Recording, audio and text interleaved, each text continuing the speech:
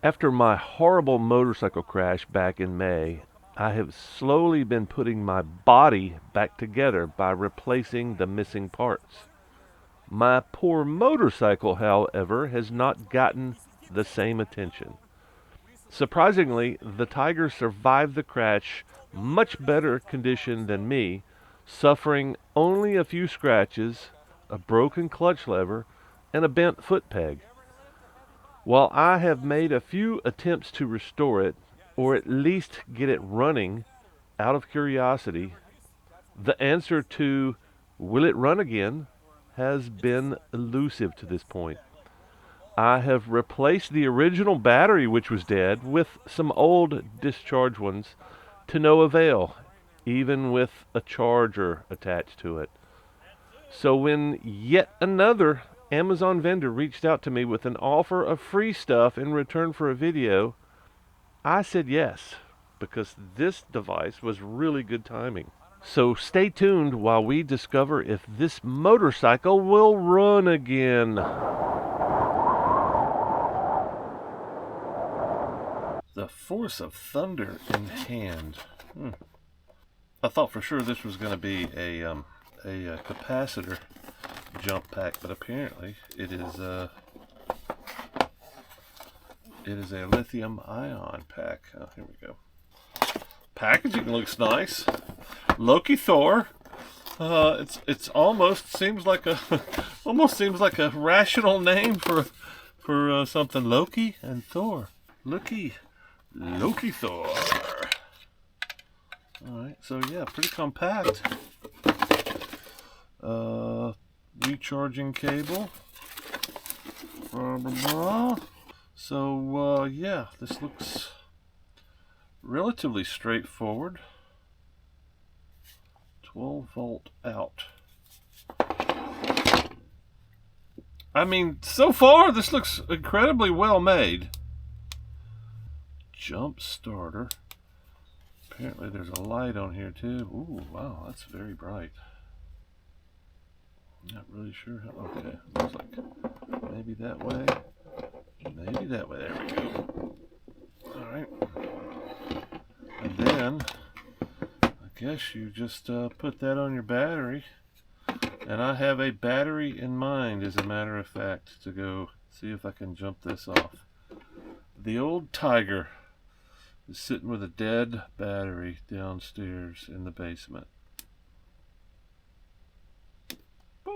As I mentioned in the beginning, I've had 3 different batteries trying to get this Tiger started. And I got it to bump before, which gave me the impression that maybe there was some engine damage because it just bumped. That's all it did. But at this point, I didn't really know the condition of these batteries until I plugged this in. This actually has the readout, the voltage of the battery, and 2.9 is pretty doggone low. And this battery is out of the Tenere 700, so...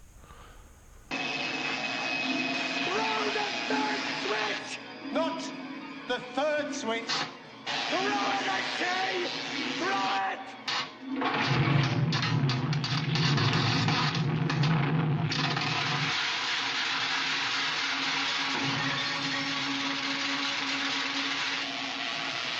Lies! Lies, do you hear me?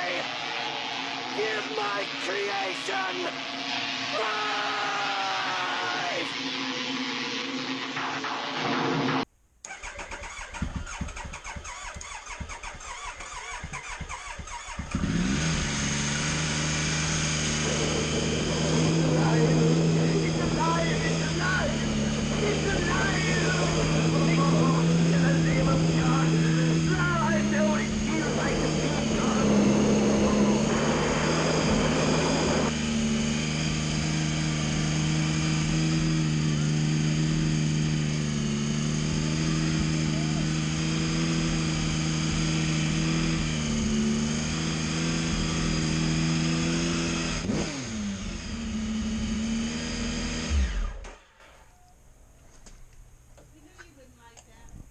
Ha ha!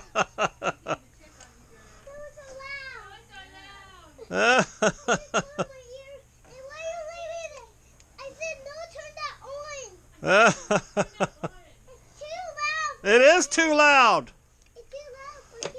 Thank you for being quiet. I know that was very hard.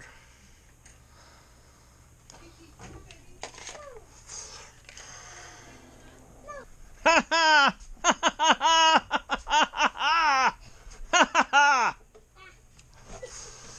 And of course, this motorcycle is now for sale too. It only needs a couple of pieces and parts to run. It needs a clutch lever and it needs a foot peg. I would replace both the foot pegs and not try to get a stock model. I think the stock model foot pegs are just too small and they're more for a street oriented. If you want to go off road, I would say get some nice aluminum pegs to replace that. And levers are levers are levers. You can get anything to fit this. Probably match the stock levers, but it's going to go for a good price because it's got scratches on it. I would not call this a crashed motorcycle. I've done much more damage to motorcycles tipping them over in the woods. So as far as I know, it didn't hit anything. Maybe the rear top box hit the guardrail, but I don't think there was any impact other than falling down on the street and sliding a couple hundred yards. I don't think there's any other evidence of the crash. But if you're interested, reach out. Email is on my channel page, or you can reach out through Facebook.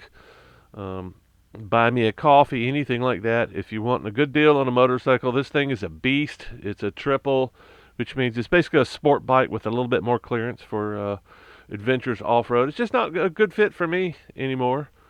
And I've got the T7, so if you're interested, reach out. I'll give you a good price. Anybody that's a viewer, anybody that I know, I'll give you a better price than the regular public. So get in touch if you're interested in a rip-roaring Tiger that's almost ready to go.